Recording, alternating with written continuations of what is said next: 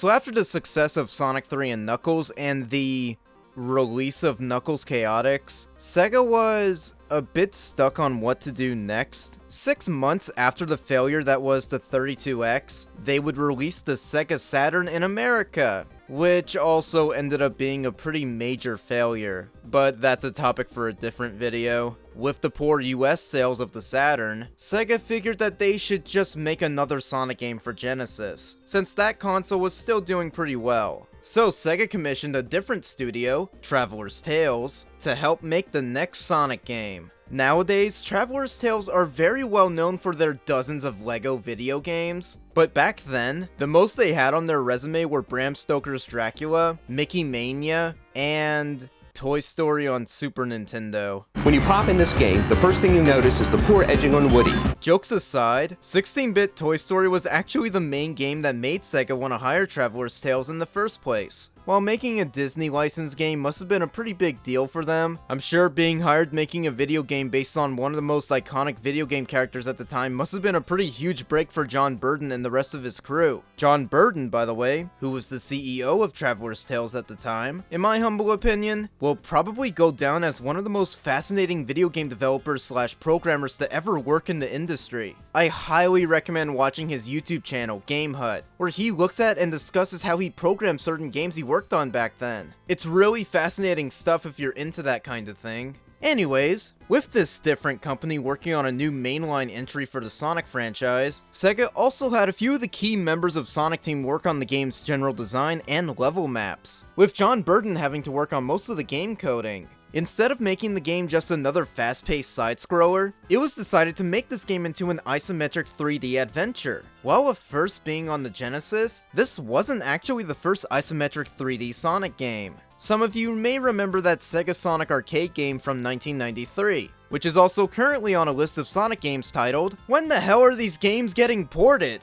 According to John Burden, the working title for the game was initially Sonic Spin Drift, until it was later finalized as Sonic 3D Blast. Also, great news! This game was indeed made with Silicon Graphics workstations. I'm sure George Wood will be pleased. The game got released on the Genesis in November 1996, to somewhat celebrate the series' 5-year anniversary. This would also end up making it the last mainline Sonic game to be on Genesis. However, not only was this game put on Genesis, but there was also a Sega Saturn version that was released around the same time as the Sega Genesis version. In fact, the main reason why a Saturn version was made in the first place was because of the delays that Sonic X-treme was having at the time. So Sega wanted to have a Sonic game in time for the holidays of '96. That way they could hold over their Saturn fans until Sonic X-treme got released, which never saw the light of day. Plus, about a year later, 3D Blast would receive a PC port that was mostly a port of the Saturn version.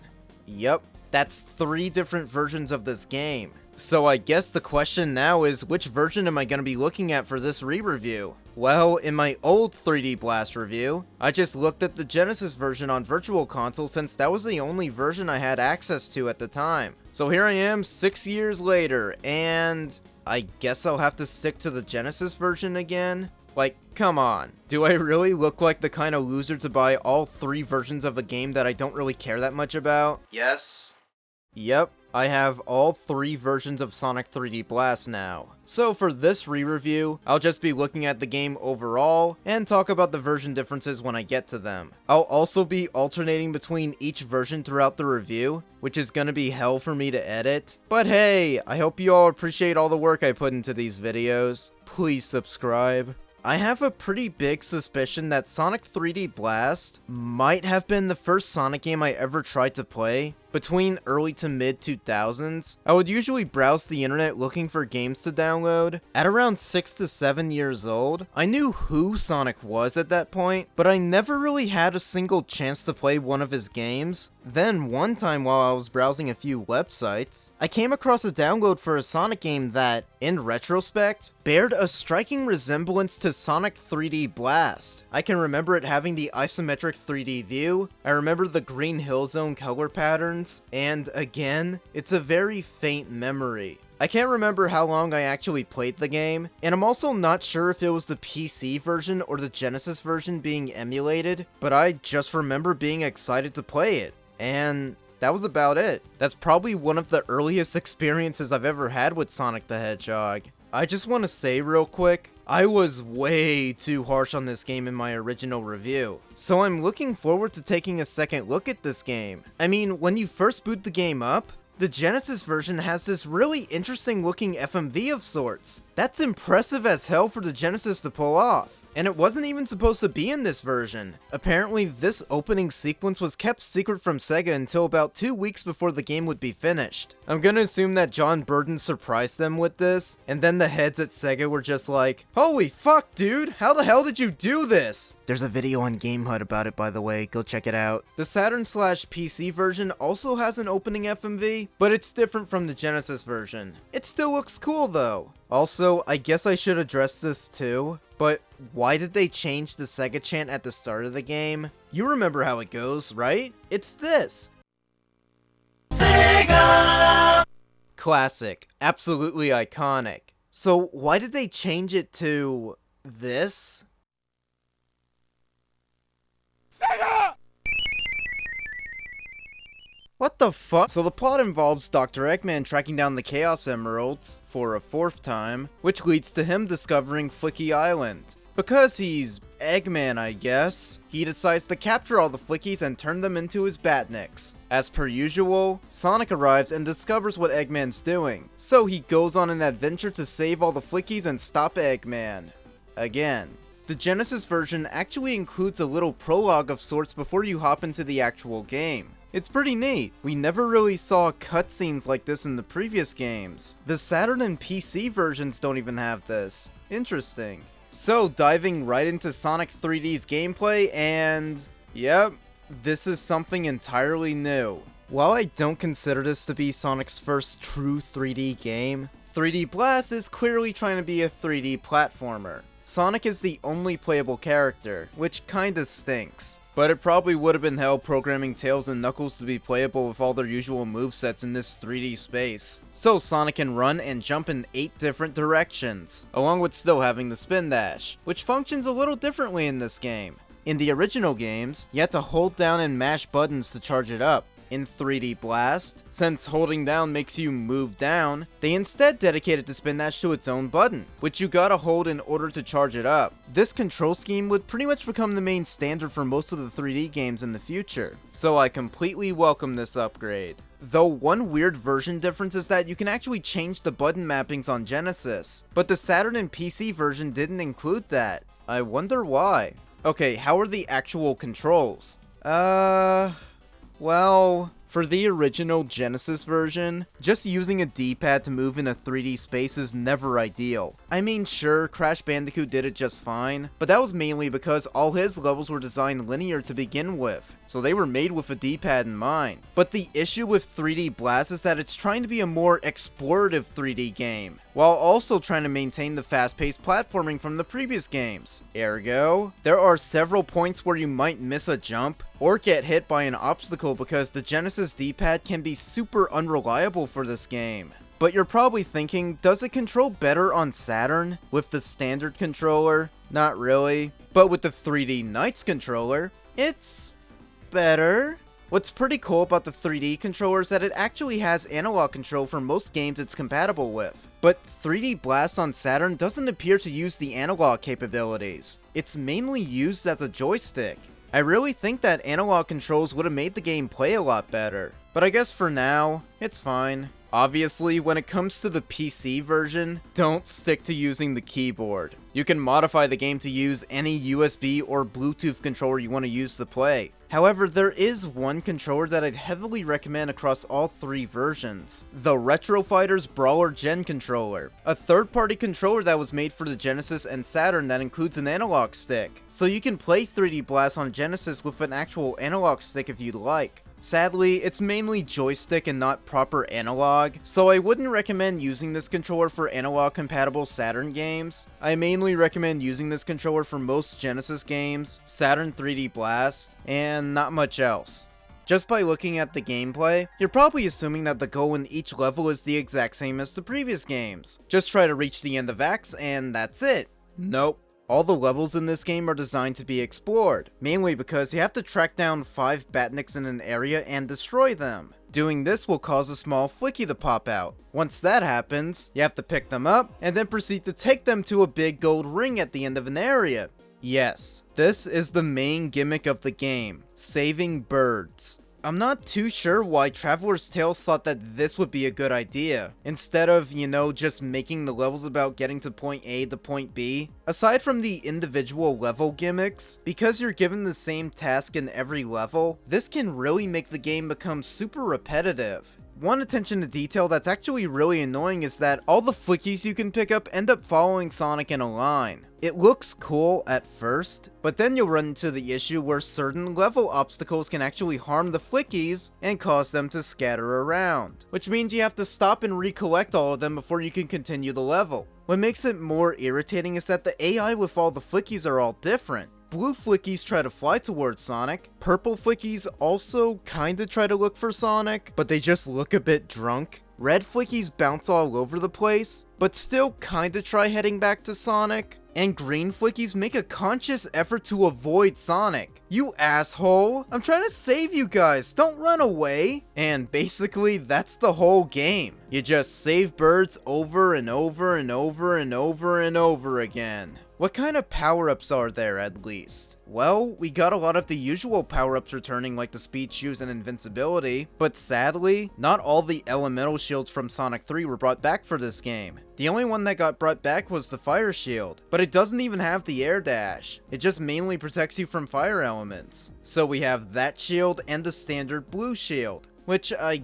guess is alright. However, there is another shield you can get, the gold shield, also known as the homing shield. What does it do? Well, it gives Sonic the ability to home into enemies by pressing the jump button twice. Sound familiar? Yeah, this is pretty much the first game to include the homing attack. Though if I'm gonna be honest, they really should have let this be a default move instead of a power-up, because trying to jump into enemies in this game can be really difficult. I mainly just roll around instead, which you can do pretty easily by tapping the spin dash button while moving. Though I will say, I do find it kind of funny how John Burton basically set the standard for how the spin dash and the homing attack were gonna work in future games. It's kinda crazy when you think about it. Graphically speaking, this game looks decent. I'll admit, I was way too harsh on this game's look in my initial review, but this honestly looks pretty solid on the Genesis, though I do think the detail can be a bit flat on 16-bit. Yeah, this isn't gonna be a huge shocker, but I prefer the way the game looks on the Saturn and PC port. The 32-bit upgrade really benefits the game, and it just makes me prefer the Saturn version in general, along with a few other things that I'll mention later. I guess while we're on the topic of art direction in general, this game aesthetically looks solid all around. But the promotional artwork made for this game is really well done, mainly in Japan. The American box art looks alright. The 3D Sonic model looks pretty cute, but the Japanese box art looks phenomenal. The Genesis version wasn't actually released in Japan.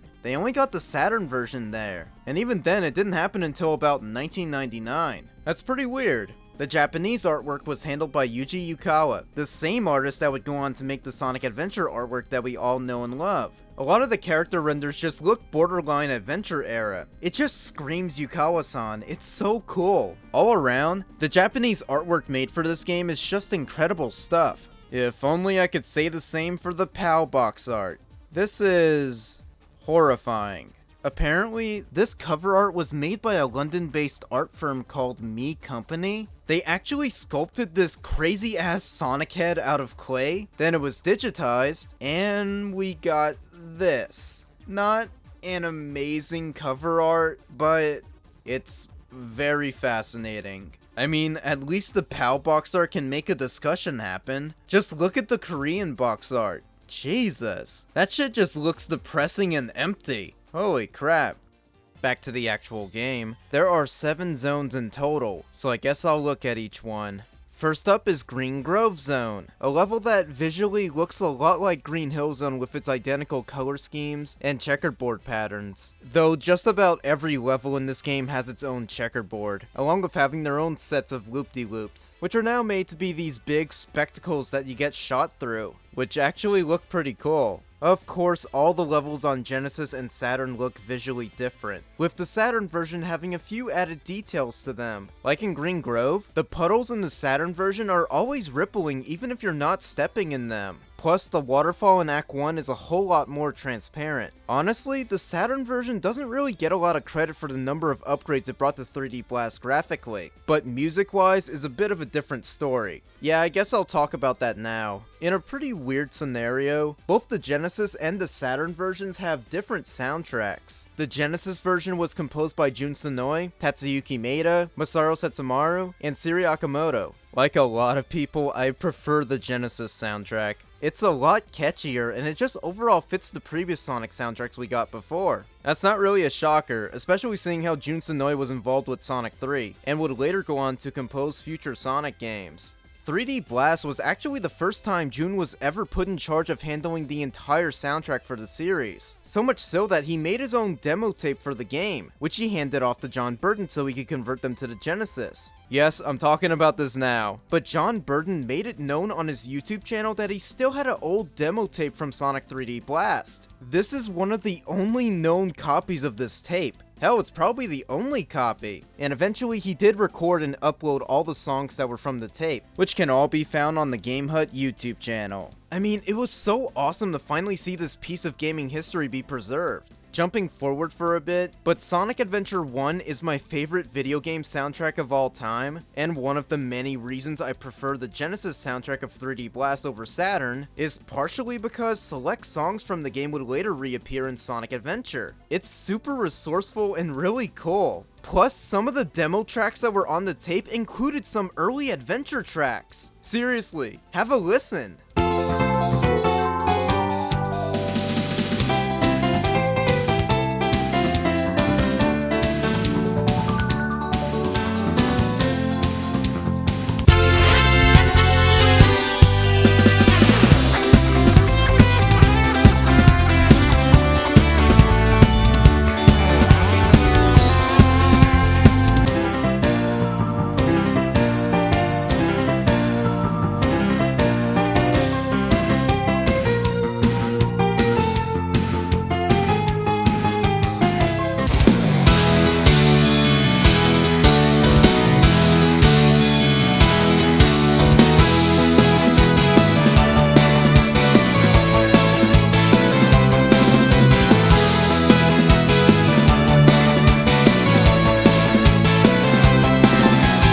It's so cool witnessing the evolution of these songs. However, like some discovered, not every song that was on the demo tape would end up being used in 3D Blast, mostly due to cartridge restraints. I also want to mention that we don't have a lossless copy of the demo tape anywhere online, and I really doubt that John Burden is ever going to share it with us. But the Brickster, a YouTube channel that specializes in uploading restored video game soundtracks, just recently started uploading these cool recreations of the demo tape. So I recommend checking those out and subscribing to their channel so you'll know when they post more. Anyways, while I agree that the Genesis soundtrack is superior, I actually do think that the Saturn soundtrack doesn't get a lot of credit. Jun and the rest of the Genesis crew had nothing to do with this soundtrack. Instead, it was handled entirely by Richard Jacques, the same composer who would go on to make the soundtrack for Sonic R, and Sonic Boom Rise of Lyric, but that's beside the point. While I'll admit that the Saturn soundtrack isn't anywhere near as catchy or memorable as the Genesis soundtrack,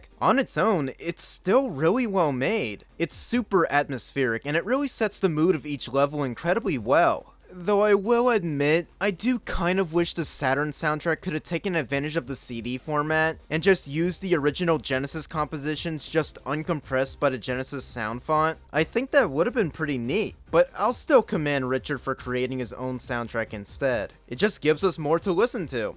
One cool thing about the CD for Sonic 3D Blast is that if you put it into any CD player, you can listen to the soundtrack on its own. This is due to the audio tracks being Red Book audio, meaning you can listen to them and rip them easily. So it basically counts as an official soundtrack CD too. It's pretty cool. Overall, the Genesis and Saturn soundtracks are solid, and I recommend listening to both of them. I'll delve a bit more into the soundtracks as I get further in the game.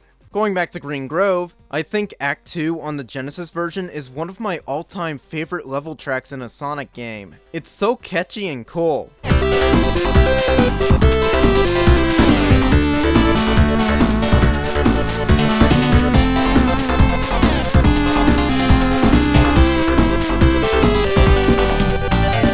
The next zone is Rusty Ruin. This level's alright. It's also one of those levels where I easily prefer the look of the Saturn version. The Saturn version also has a neat fog effect that can appear, along with rain. They're really cool details. The level also has a pretty fun gimmick where Sonic can go on these little pads, which will make him spin around and then you'll be moving like a ballerina, which you can actually use to kill Batniks, smash item boxes, or break away parts of the level, creating shortcuts and finding secrets. It's pretty cool. Next is Spring Stadium Zone, and Jesus Christ, this level's a fucking eyesore on Genesis. The Saturn version is a bit easier on the eyes, but still, this level is just a mess to look at and play. The music's still solid. The Saturn version can sound really cartoonish here, almost like real carnival music. But I do like how subdued the Genesis music is, especially on the original demo tape. It's also pretty funny how the song on the tape is called Casino Night, basically confirming that this is the colorful fun casino level, except it's a carnival, I guess.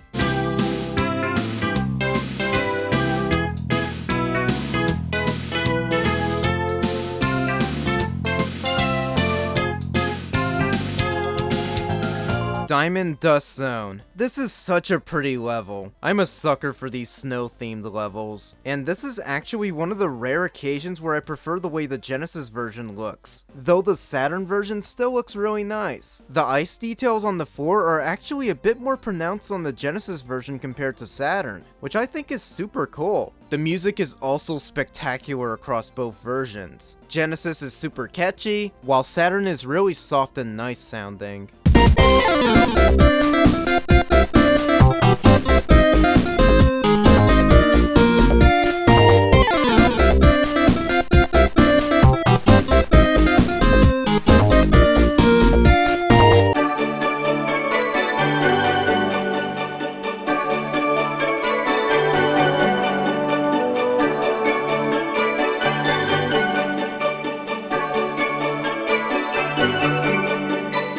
Though, this is the part of the review where I mentioned how the music for Diamond Dust and several other Sonic tracks were included in Sonic Chronicles: The Dark Brotherhood, but they were very hastily put together using unfinished MIDI compositions, and they all sounded like shit.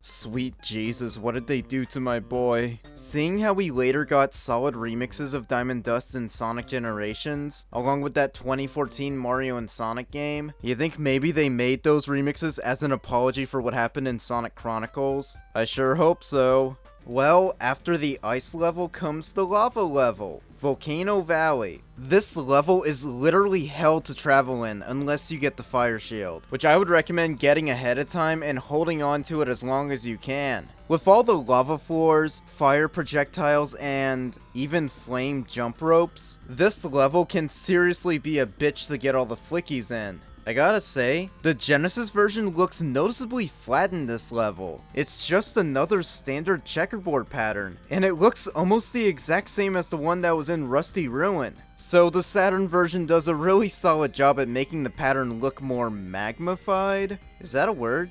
Gene Gadget. This zone is kind of a pain in the ass. I'll admit, the isometric 3D perspective ain't perfect, but it seriously becomes an issue in some of the later zones, especially here. There are platforming sections where you swear you'll make a jump properly, only to phase through the platform because your point of view was off. Personally, it is easy for me to adjust to, but it could still be really obnoxious. Once again, I greatly prefer the way the Saturn version of Gene Gadget looks. I especially really like the choice of colors they chose for this zone. So despite the frustration, it still looks really pretty. Panic Puppet Zone, the final zone of the game, and it really feels like it. There are Batniks and obstacles everywhere you go. Interestingly enough, the Flickies have to be rescued from glass tubes instead of destroying Batniks. But then in Act 2, you don't have to go after any Flickies, you just gotta reach the end of the act. Which sounds simple enough, besides the fact that there's a shitload of Batniks to look after. The music for Act 1 was actually briefly used for the introduction cutscene on Genesis. Plus, Act 1 would later go on to be used in the first section of Twinkle Park in Sonic Adventure. In fact, I'd probably say that the version used in Sonic Adventure sounds almost identical to the demo version. It sounds almost like June just took the song and cleaned it up a bit. It's pretty neat.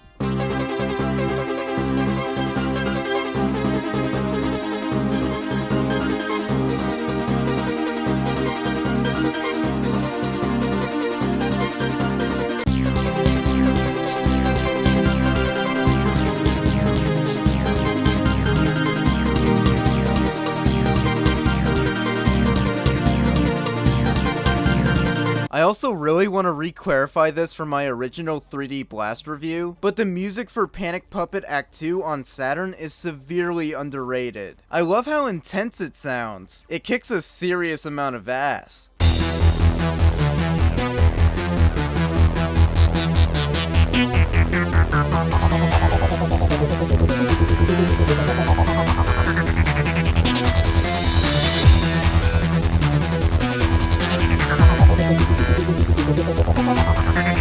When it comes to the boss fights, they could range from stupidly easy to this goddamn camera angle is fucking me over, I swear to God. Most, if not all, the boss fights involve smashing Eggman's glass shield once you see an opening. Again, they're relatively easy. It's just the camera angle can sometimes fuck you over. My absolute least favorite boss fight has to be in Volcano Valley. The isometric view does no favors for you in this fight, so you can easily find yourself jumping into lava when you meant to jump on the platform. I do have a pretty high tolerance for bullshit in video games, and I've grown a lot softer to 3D Blast over the years, but this boss fight is still one of the most annoying things I've ever played. One thing about the boss fights that can be really irritating, along with just being a major issue with the game in general, is that the rings vanish way too fast after you get hit. Seriously, if you collected a shit ton of rings and you get hit, only about 5 of them are gonna remain while the rest just disappear as soon as they touch the ground. Even then, those very few remaining rings only bounce on the ground for a short time. It's really bullshit and unfair. Was there any way that John Burden could have made the rings not function like this? Why are they disappearing way faster than they did in the previous games? That's so annoying.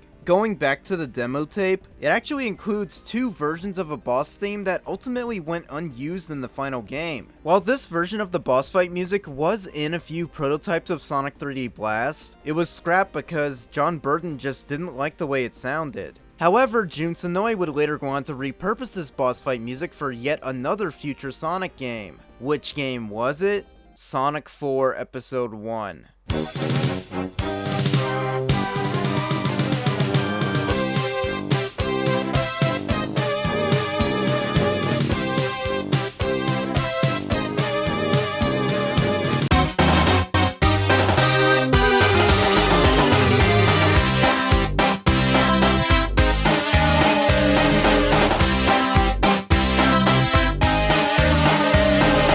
Wow, really glad you brought that song back, June. Of course, there is a true final boss, but it's only accessible after you gather all 7 Chaos Emeralds. This means you have to go through special stages to get them, just like the previous games. To get to the special stages, it's pretty different. If you explore a lot in any act, you'll come across secret areas that have either Tails or Knuckles in them. Yep, they're not playable, but they did get cameos. You see, what you need to do is gather 50 or more rings, then when you walk up to Tails or Knuckles, they'll just take all your rings and then teleport you to the special stage. Somehow. I should note, they don't just take 50 rings, they take all your rings. Though, one cool thing is that you can actually stack up the rings with these two. So if you go to them with less than 50 rings, they'll collect what you have, then you could go look for more rings in the level, then go back to them and keep building it up until you hit 50. However, losing all your rings just to get to a special stage also means that you'll exit the special stages with 0 rings. Why is that a bad thing?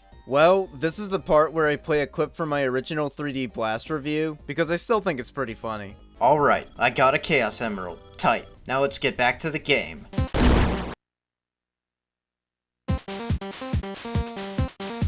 What the fuck?! So how are the special stages? Well, in the Genesis version, they're honestly kind of lame. You're just running forward collecting rings. You can move left and right, along with needing to jump over spikes. You just gotta collect the right amount of rings, and you'll be awarded with a Chaos Emerald. This is the easiest special stage I've ever played, and it gets a bit dull after a while. I will admit, the 3D background is a really neat effect for the Genesis to pull off, but that's about it. This special stage is kind of lame. Well, if that's how the Genesis special stages are, then I sure wonder how lame they must look on Saturn. Well, let's check it out, and whoa, whoa, whoa! What the hell is this? Yeah, it's the fucking half-pipe from Sonic 2, and probably the first time it was ever reused in the games, and this is honestly really cool. It's not just the half-pipe made in proper 3D graphics, but this version implements all kinds of things like the springs, cool tunnel areas, dash pads, these circles that can give you a bunch of rings. It's just a whole lot of fun. It's also a pretty decent challenge as well, along with looking graphically spectacular for the Saturn. Like, don't get me wrong, I can get sick of seeing the half-pipe, and when I say I can get sick of the half-pipe, I mean that I can get sick of this half-pipe. However, I would consider this to be the best fucking version of the Sonic 2 special stage ever. It's absolutely glorious. I also just love how the final special stage takes place in outer space. That just looks sick. This version of the special stage was not actually handled by John Burton. Instead, it was designed by Takashi Iizuka and Daisuke Mori, exclusively for this port. Yes, exclusively. The Saturn version is the only version with this cool rendition of the special stage. So while the PC version was mostly a port of the Saturn version, it unfortunately couldn't port over the Saturn special stages. So instead we got this. I mean, it's something. By the looks of it, it seems like they were trying to do a weird mixture of the Genesis and Saturn special stages. It's fine. I do really like the 3D graphics on this version, though after coming off the Saturn stages, this is pretty lackluster in comparison. Also, the special stage music in the PC and Saturn version is one of my all-time favorite special stage themes ever. I highly recommend listening to it if you have not. However, there is one big issue with this method of getting the emeralds. First off, there's one really weird difference between the Genesis and Saturn versions. You can still look for Tails and Knuckles in both acts, but in the Genesis version, this means you can get 2 different emeralds in the same act. But in the Saturn port, they limited it to just 1 emerald per act. Yeah, you can't use both Tails and Knuckles to get 2 different emeralds. I really don't know why they changed that. It's pretty pointless.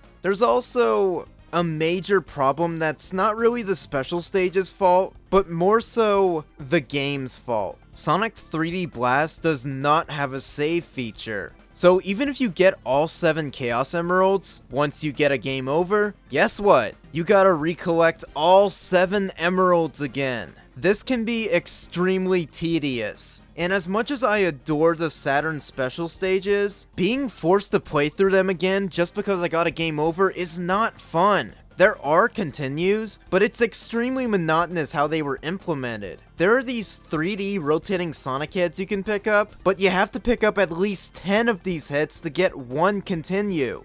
Really? Also, collecting all 7 Chaos Emeralds does get you access to the true final boss and the game's good ending. However, you will not be given the ability to turn into Super Sonic.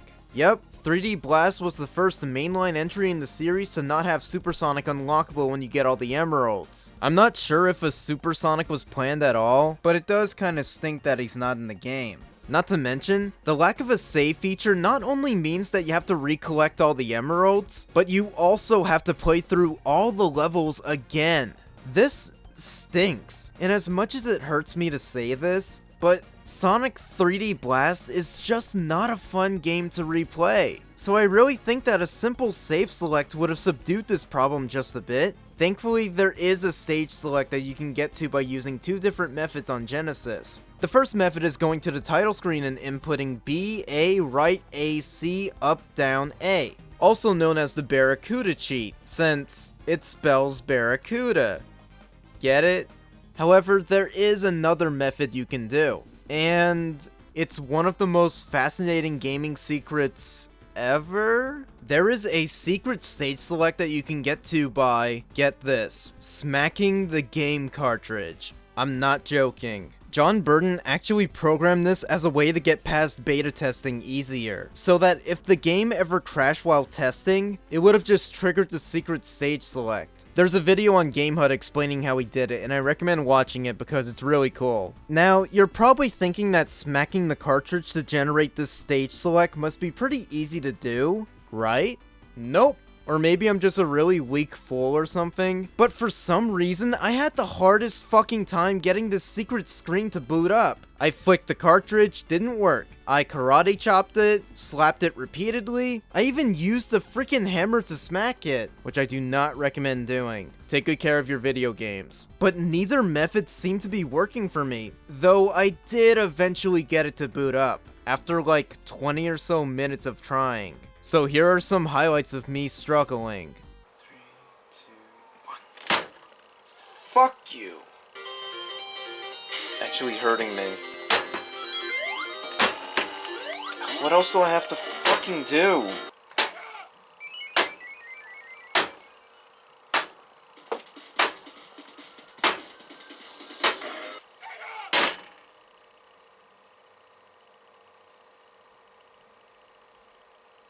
I'm literally hitting this shit with a hammer and it's not working. Did I get like a version that was like updated or some shit? Like, why isn't it working? Jesus. This is a prank Oscar statue I got like 2 years ago. Didn't work.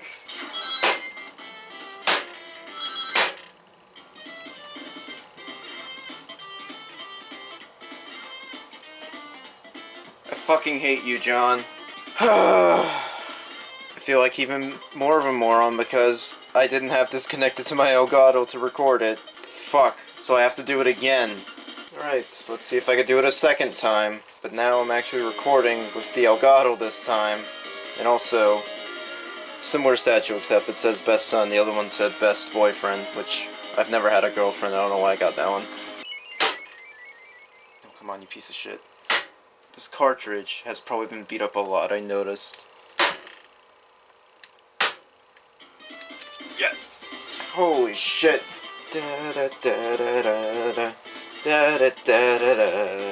John, you're a genius, but this is fucking bullshit. Congratulations, you have found the secret level select screen by smacking the shit out of your Genesis cartridge. What the fuck?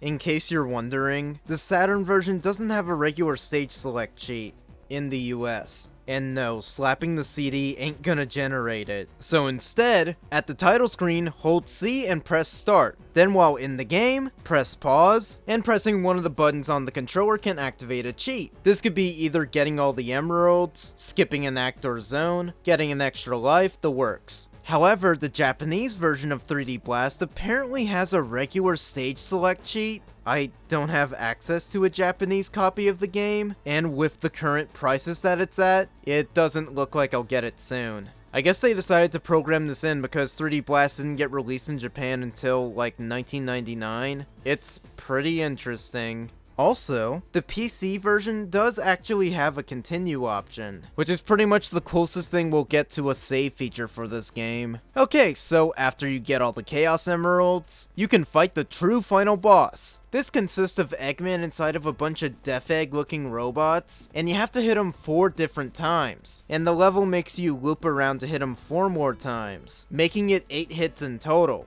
the standard. In my original review, I couldn't beat this boss at all because it was way too difficult for me. But 6 years later, I finally beat this boss, and it's unbelievably easy. Was I just bad at video games or something back then? Like, I beat the game across multiple versions, so I have no clue what was up in 2016. The final boss, in general, is alright. Probably the best boss fight in the game, but like all the others, it can be pretty easy, unless the camera angle screws up your jump again. The final boss music, known as the final fight, sounds incredible on the Genesis. The Saturn final boss music is pretty serviceable stuff, but something about the Genesis version just sounds more epic and incredible. I seriously think it's one of the best final boss themes in any Sonic game. It's super underrated.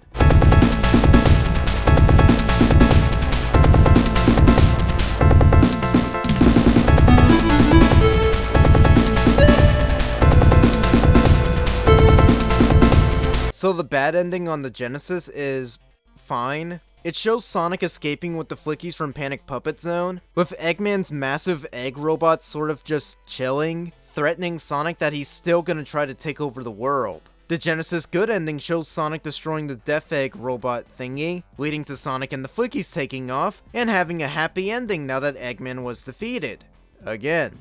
When it comes to the good and bad endings on the Saturn and PC versions, they're a bit similar. The bad ending shows Sonic and the Flickies exiting the ring all happy, but then the camera goes into the special ring and shows that Eggman still has the Chaos Emeralds. It looks pretty ominous and creepy. The good ending shows Sonic and the Flickies flying out the ring again, and the birds decide to fly away, ending with Sonic doing his iconic finger point, which leads to the end credits. I think the endings on the Saturn and PC versions are decent, but I do kinda prefer the Genesis endings if I'm being honest. The credits music is obviously different on both Genesis and Saturn, and I'm pretty even on how I feel about both versions. The Genesis version is very nice sounding. It can make for some great catchy background noise. The Saturn version, however, has a vocal track. Yep, the first game since Sonic CD to have a vocal song in it, and it's a really beautiful song. It's called You're My Hero, composed by Richard Jocks and sung by Debbie Morris, who has a really nice voice. Again, it's just a really pretty song to listen to, and it's actually a pretty neat precursor to the soundtrack that Richard would later do for Sonic R. It's a very underrated music track for a Sonic game, but it would get an instrumental remix by Richard Jocks in Sonic Generations. It's pretty cool. It's just a great song.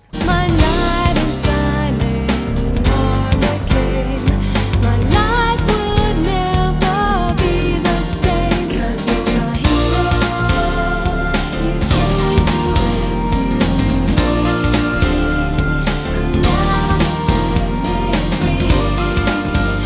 It's the rush that I want to make you see. Fun fact, You're My Hero never saw an official release on a soundtrack album, at least until the 2021 Life in Sonic's World compilation CD. That was really cool to finally see the song get officially released, and it had been 25 years at that point. It was seriously long overdue. And that's pretty much all there is to say about Sonic 3D Blast, and across all three versions too. However, as shown off by John Burton on Game Hut, there actually was a split-screen multiplayer mode that was planned as early as the first few builds of the game, but just from looking at the footage, it's pretty obvious that this got cut because it just looks like it would have been a cluttered mess. The Saturn version was also gonna have a bonus stage called Sonic Pool, which would have been carried over from Sonic Saturn, which was a completely different Saturn Sonic project that wasn't related to Sonic Extreme at all, though just like the entirety of Extreme, the bonus stage got scrapped. Oh well, and that just about wraps up Sonic 3D Blast, the last mainline Genesis Sonic game, the end of an era in a way. As a whole, it's okay. Not bad. Not bad at all. Not amazing either. It's just kind of okay. The controls can be a bit frustrating, the levels can be repetitive, but the graphics and music across all three versions are really well made, the Saturn special stages are godlike, and You're My Hero is great. If you want to go play Sonic 3D Blast, it appears the Genesis version has been receiving the most ports, which is cool, but unfortunate about how the Saturn version hasn't really got anything in terms of ports. So 16-bit 3D Blast is the version that's on most Sonic and/or Genesis game collections. It's also on Steam, but despite there being a native PC version, it's just the Genesis ROM being emulated. Great. Honestly, I'd really love to see a special definitive release of Sonic 3D Blast. Like, maybe a version of the game that has an option to switch between the Genesis or Saturn graphics, along with choosing which soundtrack you want to hear. Plus, maybe they could even try to port over the Saturn special stages in some way. Hell, with how much of a tech wizard John Burden is, maybe he could have ported over the Saturn special stages to PC, if Sega just gave him the time and resources. Speaking of John Burden, if any of you were interested in more 3D Blast content, well, John has made a few cool videos about 3D Blast on GameHut. And also, in 2017, John Burden created his own director's cut ROM hack of Sonic 3D Blast, a new patch for the game that aims to fix a lot of the issues that the original Genesis version had. This hack incorporates a few new features like slightly better controls, an actual world map so you can save your progress and replay older levels, a time challenge mode, a debug level editor, and not to mention, an actual playable Supersonic. Yes, John finally put Supersonic in the game, and he plays pretty well. He's invincible and runs faster like in previous games, plus he has the homing attack as a default move. That's pretty cool. Honestly, if a definitive release of 3D Blast ever happens, I'd love to see John's director's cut be included. Hell, maybe he could do a director's cut of the Saturn version if he wanted. Actually, fuck it. Let John Burden be the man in charge of the Sonic 3D Blast Definitive Edition. I have complete faith in him. I think he'd nail it. Who knows if that'll ever happen, so I guess for now, go get the Genesis version of the game authentically, or in one of the many game collections that it's in. And if that fascinated you, then I guess track down the Saturn and PC versions if you want more 3D Blast in your life. Isn't it so strange how Sonic had some weird fascination with being branded with Blast around 1996 to 1997? Like, we got 3 different versions of Sonic 3D Blast. We got Sonic Blast on Game Gear and the Master System in Korea, along with that really bizarre Sonic Christmas Blast cartoon, which aired in November 1996. Remember how Sally Acorn appeared in that cartoon, but she had literally no dialogue at all? This special was also, in a weird way, the series finale to AOSTH. What the fuck? What a weird era for Sonic. Okay, whatever, I'm done talking about 3D Blast. It's alright, play it if you were interested, I'm out.